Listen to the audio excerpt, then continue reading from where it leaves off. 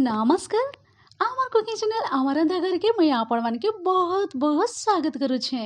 आज मैं आपण मान लगी नहीं के आसी छे बिना पियाज रसुन रे आपण माने मिशामिशी परिबा तरकारी आपण माने रेडी करी पारबे। आ आज रे ए मिशामिशी परिबा तरकारी जदि आपण मान के टिके भी पसंद आइले लाइक गुटे निहाती करबे। चैनल नुआ तले आमार रंधा घर चैनल के सब्सक्राइब करबा लगी बिल्कुल भी नहीं भूलबे।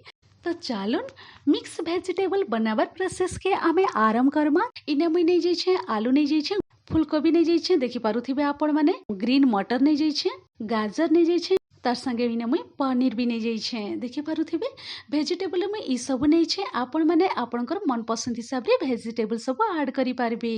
तो चलुन ई पनीपरिबा बहुत भल भाबरे मुई धोई देइथिली आ धोई सारी कि इने मुई आपण मान के देखाउ छे। तो चलुन परिबा कटा सब रेडी हो जाई छे, एबे आमे साइड करि कि रखि दमा। मिक्स वेजिटेबल बनावर लगी आमे मसला सब रेडी करि दमा। आ आज मुई बिना पियाज रसुन रे शेयर करू छे। गोटे छोट साइज रा बाउल रे मुई नै जाइथिली काजू नै जाइथिली 5 रु 6 पीसेस, तार संगे गोटे बड़ चामच ने नै जाइथिली पोस्तो आ 2 रु 3 चामच पाखा पाखी नै जाइथिली इने मुई 4 मगज। ई सब के मुई भल करी धुई देइथिली टिके आ पानी रे एंता भिजेई कि रखि देइथिली 15 मिनिट पाखा पाखी। आ इने मुई आपण मान के देखै दउ छे 15 मिनिट परे आ बहुत भल भाबरे भिजी जाई छे। तो चलुन ई सब जिनिस के आमे मसला जार रे भर्ती करी कि आमे पूरा फाइन पेस्ट रेडी करी दमा। तापरे मुई ई साइड रे आ गुटे ब्लेंडर जार नै जाई छे, देखि पारुथिबे।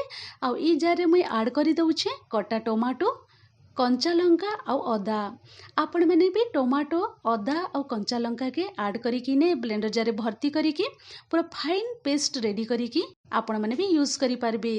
आ इने देखि पारुथिबे आ गुटे साइड रे मुई नै जाई छे ने आ गुटे जार रे गुटे कप पाखा पाखी छोट कप रे इने मुई नै जाई छे मिल्क ऐड करी दै छे, ब्लेंडर जार रे भर्ती कर दै छे। आ इने ऐड करी दउ छे पनीर रो पीसेस सब ऐड करी दे सारला परे छोट चामच रे 2 चामच इने मुई चीनी ऐड करी दउ छे। आ इटा के भी हमें पूरा फाइन पेस्ट करी के बाटी के नै के आसमा। आपण माने जदी फ्रेश क्रीम यूज नै करबे ताहले ई प्रोसेस रे आपण माने तरकारी रेडी करबे। तो चलुन सब जिनिस के बाटी के मुई नै के आसी छे इने मुई आपण मान के देखै दउ छे 4 मगज पोस्तो आ काजू रो बटा भी इने देखै दउ छे पूरा बहुत भल भाबरे पेस्ट मुई रेडी करी दै छे।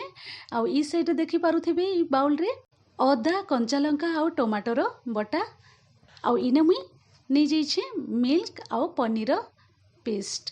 तो चलुन ई सब मसला सब रेडी हो जाई छे, ई सब के हमें साइड करी दमा। आ एबे हमें जुमा रांधबार प्रोसेस के आरंभ करमा। तो इने मुई गैस साइड के पळे आसी छे, मीडियम फ्लेम रे मुई रखि दै छे कढ़ाई गरम हेबार लागि। आ कढ़ाई हल्का रे गरम हो जाई छे 2 चामच पाखा पाखी इने मुई रिफाइन तेल ऐड करी दउ छे। तेल पूरा बहुत भल भाबरे गरम हो जाई छे, एबे आमे इने वेजिटेबल सब ऐड करी दमा।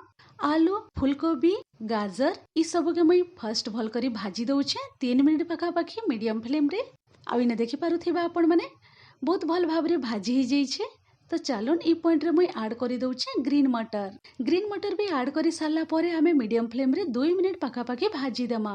2 रु 3 मिनिट पाखा पाखी हो जाई छे और सब पनीपरिबा बहुत भल भाबरे भाजी हो जाई छे। तो चलुन ई भजा परिबा सब हमें गुटे प्लेट रे साइड करी कि रखि दमा। आ मुई से सेम कढ़ाई से तेल रे हमें पनीर के हमें ऐड करी दमा। पनीर ऐड करी सारला परे बहुत भल भाबरे हमें हल्का रे टिके टिके भाजी दमा। पनीर भी बहुत भल भाबरे भाजी हो जाई छे। पनीर के भी हमें गुटे प्लेट रे साइड करी कि रखि दमा। और से सेम कढ़ाई मुई नै जाई छे आ सीने आउ गुटे चामच पाखा पाखी मुई तेल ऐड करी दउ छे। तेल ऐड करी सारला परे हल्का रे हमें गरम हेबा लागि छाड़ी दमा। फ्लेम के रखि देबे मीडियम फ्लेम रे। तापरे हमें इने गोटा गरम मसला सब ऐड करी दमा। तो देखि पारुथिबे गोटा गरम मसला रे मुई नै जाई छे तेजपत्तर, जीरा, दालचीनी, छोटी इलायची, बड़ इलायची आ गुटे एंता स्टार नै जाई छे। ई सब के ऐड करी दमा आ किछि सेकेंड हमें भाजी दमा।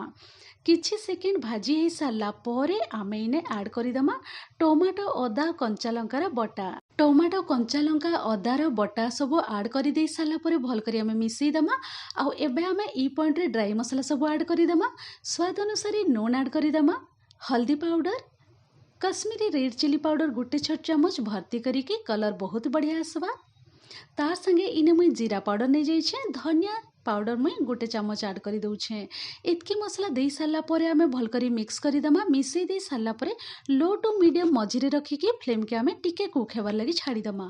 गोटे रु 2 मिनिट पाखापाखि हो जाइए आउ तेल आ मसला सेपरेट हो जाइए तार माने बहुत भल भाव रे हल्का रे भाजी हो जाइए।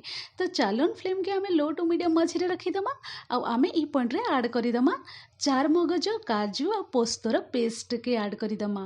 तो चलुन सबू पेस्ट ऐड करी सारा परे आमे गिनारे टिके पान ऐड करीदमा 4 ରୁ 5 चामच पाखापाखि आउ भल करी मिसई के आमे इने ऐड करीदमा आउ सबू जिनिस के भल करी आमे मिसई दमा। मिसई दे सारा परे गोटे रु 2 मिनिट आमे लो टू मीडियम मझिरे रखिकी फ्लेम के कुक हेबार लगी छाड़ीदमा। लो टू मीडियम मझिरे मुई कुक हेबार लगी छाड़ी देथिले गोटे रु 2 मिनिट पाखापाखि हो जाइए। तो चलुन एबे मुई इने ऐड करी दउछे किचन किंग मसला पनीर मसला आमे गोटे छोट चामच ऐड करीदमा।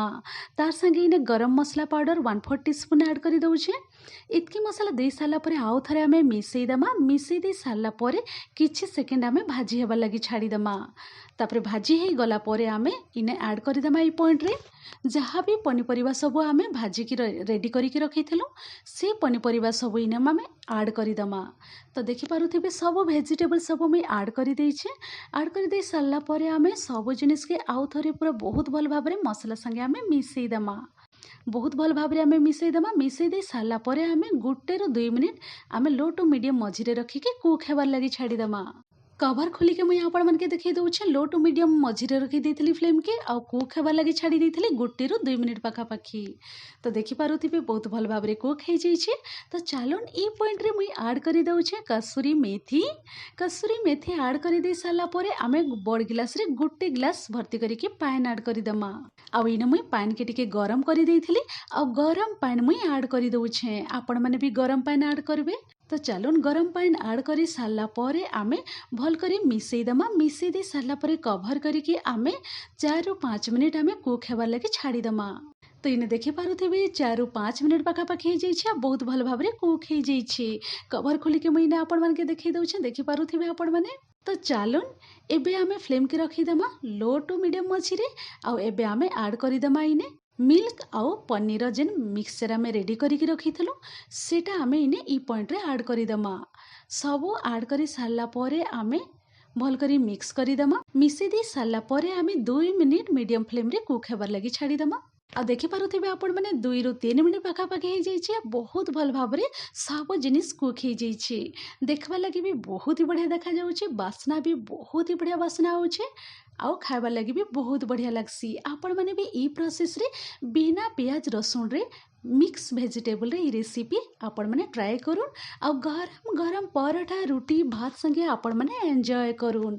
आशा करूँ रेसिपी आपण मानके आजिर बहुत पसंद होइथिबा आउ टिके भी जदि आजिर ई रेसिपी पसंद होइथिले लाइक गोटे निहाती करबे। चैनल रे नुआ ताहले आम रंधाघर चैनल के सब्सक्राइब करबा लगी बिल्कुल भी नहीं भूलबे। ताहले चलुन आपण माने वीडियो के एंड तक देखिथिबारु आपण मानके बहुत बहुत धन्यवाद दउछे। मुई रहउछे फिर एंता आपण मानकर लगी इजी टेस्टी स्वादिया रेसिपी नेकी आपण मानकर संगे फिर थरे मैं भेट पड़मी। Thanks for watching bye bye take care.